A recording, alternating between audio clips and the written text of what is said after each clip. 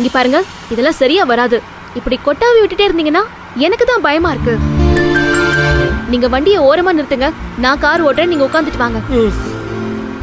வேணாம் வேணாம், நானே ஓட்டிக்கிறேன்.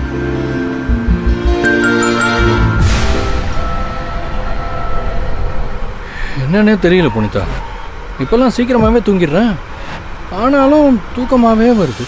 நீங்க என் பக்கத்துல இருக்கிறதுனால தூங்கிடுறீங்க போல இருக்கு. சும்மா இருங்க, ஏதாவது சொல்லிட போகிறேன், பேசாமல் வாங்க. கபிலன், நீங்க புது இடம் மாறி இருக்கீங்கல்ல, அதான் நீங்க அசந்து தூங்கிருப்பீங்க.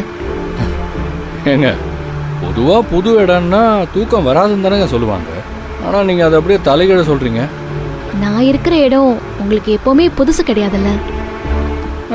பரவாயில்லையே மேடம், நல்லா தான் பேசுகிறீங்க. கபிலன், நான் திரும்பவும் சொல்றேன், நீங்க இறங்குங்க, நானே வண்டி ஓட்டுறேன். ஏங்க, நானே தூங்காமல் இருக்கிறதுக்கு தாங்க வண்டி ஓட்டுறேன். பாஸ், நீங்க இதுக்கெல்லாம். டேய் கபிலா, உனக்கு இப்படி ஒரு இழுக்கு வந்துருச்சேடா, இதை எப்படி சரி பண்ணுறதுன்னு தெரியலையே.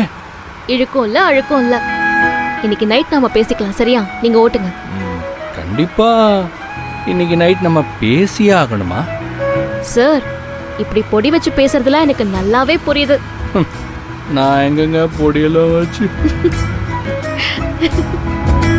சிரிக்காதீங்க புனிதா, எனக்கு தெரிஞ்சு நீங்க தான் எனக்கு ஏதோ மயக்க மருந்து கலந்து கொடுத்துட்டீங்கன்னு நினைக்கிறேன். யாரு? நானா? நீங்க தான் எனக்கு ஏதோ மயங்கிற மாதிரி மருந்து கொடுத்துட்டீங்கன்னு நினைக்கிறேன், அதுல எந்த சந்தேகமும் கிடையாது.